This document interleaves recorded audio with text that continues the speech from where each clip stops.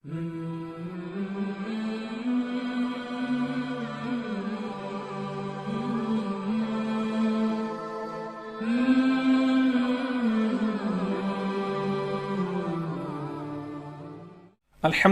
رب العالمین والصلاة والسلام علی سید المرسلین اما بعد فاعوذ باللہ من الشیطان الرجیم بسم اللہ السلام علیکم ورحمۃ اللہ وبرکاتہ۔ کیسے آپ؟ امید ہے کہ خیریت سے ہوں گے۔ اللہ تعالیٰ آپ کو اپنے حفظ و امان میں رکھیں۔ آپ دیکھ رہے ہیں کہ ترتیب وار میں الحمدللہ پہلے الحمد شریف، پھر سورۃ البقرہ، پھر سورۃ آل عمران، اسی طرح آج بھی سورۃ النساء کا تعارف ہم کریں گے۔ میں قرآن کی معلومات اکٹھی کر کے آپ تک پہنچانے کی کوشش کر رہا ہوں۔ اللہ تعالیٰ اس کوشش کو قبول فرمائے۔ اور اب آپ پر بھی یہ ذمہ داری بنتی ہے کہ جب آپ میرے ویڈیوز کو دیکھیں، اول تو یہ گزارش ہے کہ پہلے ویڈیو کو ضرور پورا دیکھا کریں، پھر اس کے بعد ضرور اس معلومات کو دوسروں تک پہنچائیں۔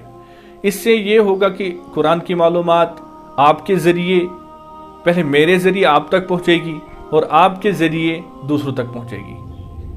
اس سے آپ کو ثواب بھی ملے گا۔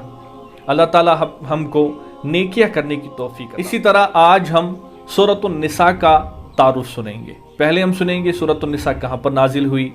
سورۃ النساء مدینہ منورہ میں نازل ہوئی ہے۔ اس میں 24 رکوع ہیں اور 176 آیتیں ہیں۔ سورۃ النساء، اس کو سورۃ النساء کیوں کہتے ہیں؟ کیونکہ اس سورت میں وہ احکام بیان کیے گئے ہیں جو عورتوں کے متعلق ہے۔ اسی مناسبت سے اس سورت کا نام سورۃ النساء رکھا گیا ہے۔ آئیے اب ہم سورۃ النساء کے فضائل سنتے ہیں۔ سورۃ النساء کی ایک آیت کے متعلق حضرت عبداللہ بن مسعود رضی اللہ تعالیٰ عنہ فرماتے ہیں کہ نبی کریم صلی اللہ علیہ وسلم نے مجھ سے ارشاد فرمایا کہ سورۃ النساء کی تلاوت کرو۔ میں نے کہا یا رسول اللہ صلی اللہ علیہ وسلم، میں سورۃ النساء کی تلاوت کروں حالانکہ یہ آپ پر نازل ہوا ہے؟ نبی کریم صلی اللہ علیہ وسلم نے ارشاد فرمایا ہاں، آپ ہی تلاوت کرو۔ حضرت عبداللہ بن مسعود رضی اللہ تعالیٰ عنہ فرماتے ہیں کہ میں سورۃ النساء کی تلاوت کرتا گیا، جب میں اس آیت فَكَيْفَ إِذَا جِئْنَا مِنْ كُلِّ أُمَّةٍ بِشَهِيدٍ وَجِئْنَا بِكَ عَلَى هَؤُلَاءِ شَهِيدٍ اس آیت پر پہنچا تو نبی کریم صلی اللہ علیہ وسلم نے کہا کہ بس کرو، یہ آیت تمہارے لیے کافی ہے۔ پھر حضرت عبداللہ بن مسعود رضی اللہ تعالیٰ فرماتے کہ میں نے نبی کریم صلی اللہ علیہ وسلم کی طرف دیکھا تو پیارے آقا صلی اللہ علیہ وسلم کی آنکھوں میں آنسو تھے۔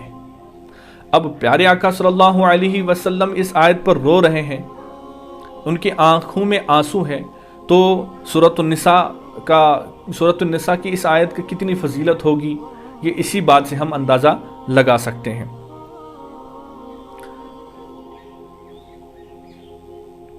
دوسری فضیلت کیا ہے اس سورت کی؟ حضرت عمر فاروق رضی اللہ تعالیٰ فرماتے ہیں سورۃ البقرہ، سورۃ النساء، سورۃ المائدہ، سورۃ الحج اور سورۃ النور سیکھو، کیونکہ اس سورت میں تمہارے لیے فرض علوم بیان کیا گیا ہے۔ پیارے اور میٹھے اسلامی بھائیوں اور جو بھی اس ویڈیو کو دیکھ رہا ہے، ہمارے لیے ان سورتوں میں فرض علوم بیان کیا گیا ہے۔ ہمارے اوپر فرض ہے وہ سیکھنا جو اس میں بیان کیا گیا ہے۔ ہمیں چاہیے کہ ہم اس سورت کو بغور مطالعہ کریں، اس کا ترجمہ اور پھر اس کی تفسیر بھی پڑھیں۔ تفسیر کے لیے سب سے بہتر جو ہم سمجھ سکتے ہیں عوام الناس کے لیے، تفسیر صراط الجنان ہے۔ اس کو آپ ویب سائٹ سے بھی ڈاؤن لوڈ کر سکتے ہیں۔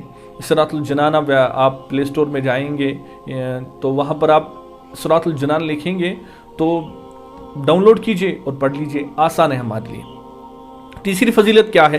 حضرت عبداللہ بن عباس رضی اللہ تعالیٰ فرماتے ہیں کہ جس نے سورۃ النساء پڑھی تو وہ جان لے گا کہ وراثت میں کون سے لوگ محروم ہیں اور کون سے لوگ محروم نہیں۔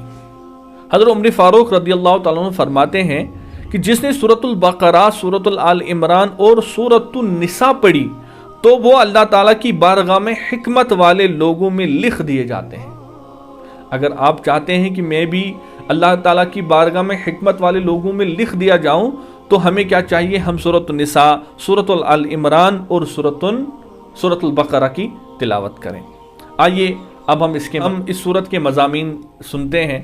इस सूरत में हमारे लिए क्या क्या मज़ामीन बयान किए गए हैं, यानी जब हम सूरतुल निसा का मुताला करेंगे तो हमें क्या क्या चीज़ें सीखने को मिलेंगी।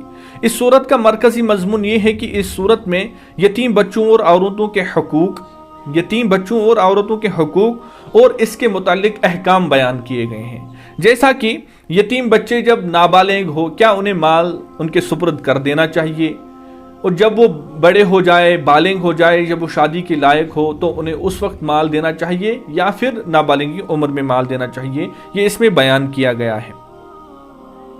यतीम बच्चों का माल अपने माल में मिलाकर खर्च करने को गुनाह करार दिया है, ये भी इसमें बयान किया गया है।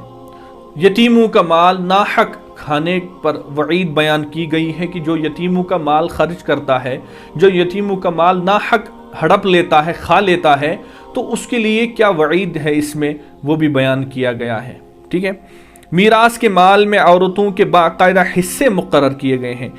हमेशा के लिए किन औरतों से निकाह हराम है और आर्जी तौर पर किन औरतों से निकाह हराम है, और औरतों को उनका महर देने का हुक्म दिया गया है, ये भी इसमें बयान मौजूद है।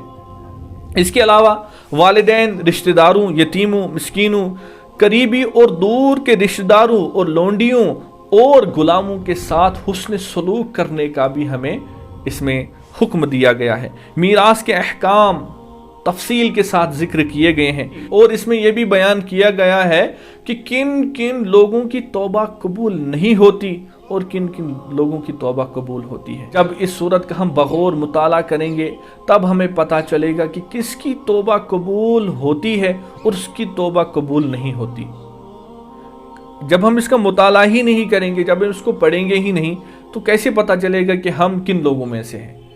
कहीं हम उन लोगों में से तो नहीं है जिनकी तौबा कबूल ही नहीं होती। अल्लाह हमें उन लोगों से बचाए जिनकी तौबा कबूल ही नहीं होती। बयान किया गया है शौहर को बीवी पर क्या हुकूक है और बीवी के शौहर के क्या क्या हुकूक है, ये भी इसमें बयान किया गया है। और अज़वाजी ज़िंदगी के रहनुमाई उसूल बयान किए गए हैं। हम कैसे अज़वाजी ज़िंदगी गुजारें, ये भी इसमें बयान किया गया है। हमें चाहिए कि हम इसका बगौर मुताला करें। और इसमें यह भी बयान किया गया है कबीर गुनाह से बचने की फजीलत, बड़े बड़े गुनाहों से बचने की फजीलत इसमें बयान की गई है, और हसद से बचने का हुक्म दिया गया है। तकब्बुर, बुख्ल, रियाकारी की मजम्मत बयान की गई है। और इसमें यह भी बयान किया गया है नेक आमाल करने की हमें तलकीन और गुनाह से बचने की तलकीन की गई है कि नेक आमाल करो, गुनाहों से बचो। ये अल्लाह रब्बुल इज्जत हमें इरशाद फरमाता है। हमारे रब ने हमें हुक्म दिया है कि नेक आमाल करो, गुनाहों से बचो। आज मौलवी साहब या कोई भी हमें नसीहत करता है तो हम बोलते हैं यार ये मुझे क्यों बोलता है। भाई वो इसलिए कहता है कि वो रब का पैगाम आप तक पहुंचा रहा है।